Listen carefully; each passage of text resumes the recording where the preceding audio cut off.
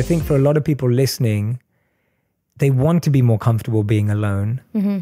They want to be able to create their own version of success, not be dictated by the one that's been brought about by their parents or society or their industry. How did you do that? Oh my goodness. I think it stems from the initial feeling of being uncomfortable.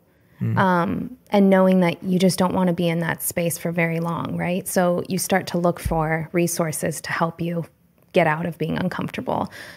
I'd say from a young age, I was very independent. I didn't have I had a great family and I had a great upbringing as a whole, but there was a lot of unstable elements. My parents were not a good ideal marriage, I guess, scenario growing up. I didn't see what marriage and what a compatible relationship really looked like.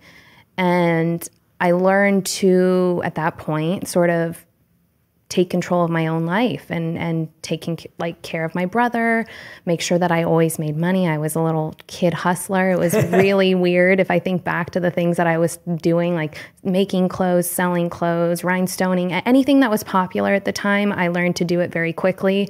People wanted braids. People wanted their ears pierced. I was all over the place.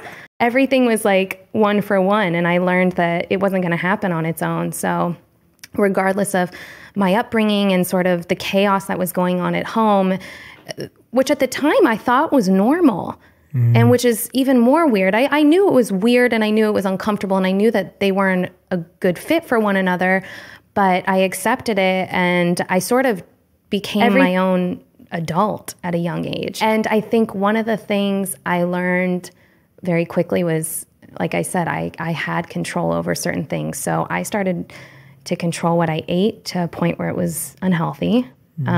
Did go through an eating disorder while being on a show. I've never really admitted that, but yeah, I was so confused. I didn't think I had a problem. I wasn't being honest with myself. I'm so grateful that I have this consciousness in me where I don't need to go down a rabbit hole very long to learn that the bottom is up. And I learned that I had no choice but to be healthy. And that's where I started to talk more about health. And that's when I really started to lean on what I was and what gave me purpose and what made me happy.